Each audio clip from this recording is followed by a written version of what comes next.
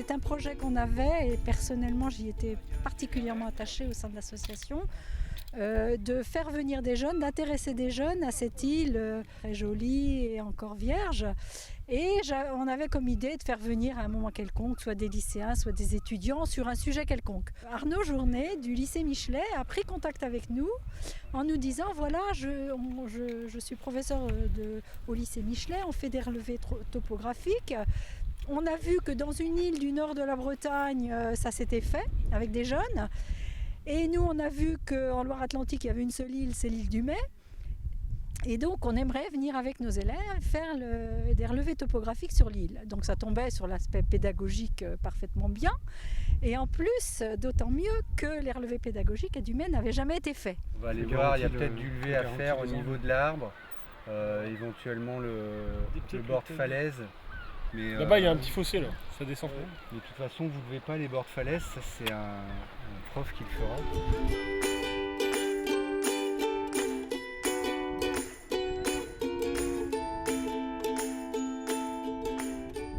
Le tachyomètre et le prisme.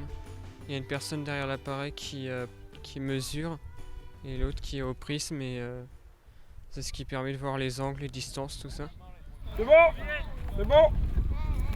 On relève tout le détail topo de l'île, donc les clôtures, les limites de matériaux, les bâtiments. Et c'est très intéressant, en plus on connaissait pas, donc c'est un bel environnement autour de nous, donc c'est vraiment intéressant à lever. Et voilà, on travaille tous en équipe, donc c'est vraiment bien et puis je suis fier quoi, de pouvoir faire ça. Ils ont déjà acquis toutes les techniques nécessaires du géomètre. Donc là, ils peuvent mettre tout en pratique dans un cadre quand même un peu assez exceptionnel, on va dire. Il y a en plus le côté aventure.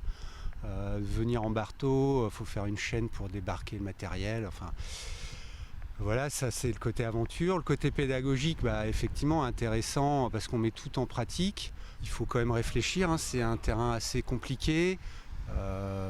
Donc voilà, c'est intéressant pour nous à ce niveau-là.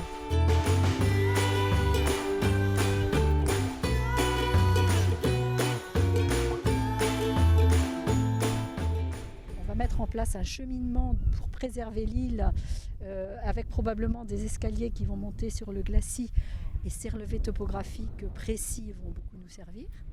Et on a un autre projet un peu plus long terme qui est d'ouvrir le Fort Carré au public parce que le public ne demande que ça, d'aller le voir de l'intérieur. Et là, donc la deuxième partie de leur travail va être le relevé topographique du Fort Carré.